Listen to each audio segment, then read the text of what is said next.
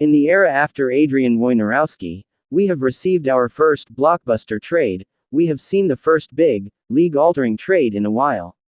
For those out of the loop, the Minnesota Timberwolves have traded former number 1 overall pick Karl-Anthony Towns to the New York Knicks. In exchange, they received Julius Randle, Donte DiVincenzo, and a protected Detroit Pistons first-round pick. This is big news for the entire league, but it can be argued that outside of the 3 teams involved in the trade, Charlotte was also involved for salary reasons, that it changes the outlook for the Denver Nuggets more significantly than most. Of course, this is because the Nuggets lost in the second round to the Minnesota Timberwolves last season. A big reason they succeeded in doing so was Karl-Anthony Towns. Not only did he provide great shooting and spacing, but he also provided some very solid defense on Nikola Jokic. He had bought in last season to the defensive identity that the Wolves were trying to establish. He shifted his game to focus more on providing defense, and he did that throughout the postseason. Not only against Jokic, but also Kevin Durant in the Wolves' first-round series. He has spent his entire career in Minnesota up until this point, and has proven to be a thorn in the Nuggets' side occasionally.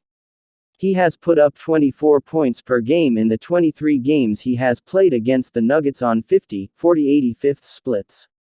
This too-big formula that had seemingly solved the Denver Nuggets' potent offense has now been broken up.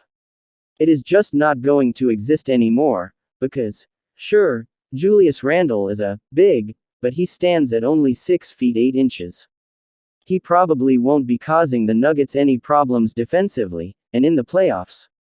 Well, he is bad all around in the playoffs. Over the course of his career, he shoots 34% from the field. Cat shoots 35% from the three-point line for his playoff career. He also only puts up 17.1 points per game, proving far less potent on a volume that is fairly similar. He takes about 16 shots a game in the playoffs and typically around 18 while he played for the Knicks. Anthony Edwards made comments about the Wolves needing better spacing. They responded by giving him 2000s type of spacing. Outside of Cat, who on the Wolves was a knockdown shooter. Only 2 players besides Cat shot above 40% on the Wolves on any amount of meaningful volume. Mike Conley and Naz Reid.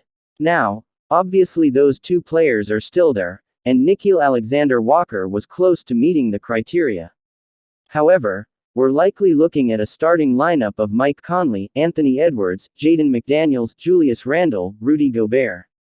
That doesn't strike me as something that is as threatening as the Wolves were last season. It doesn't have the same defensive, or offensive potential. When Julius Randle waves Anthony Edwards off for the first time and bricks a layup, he'll be on the block the next day.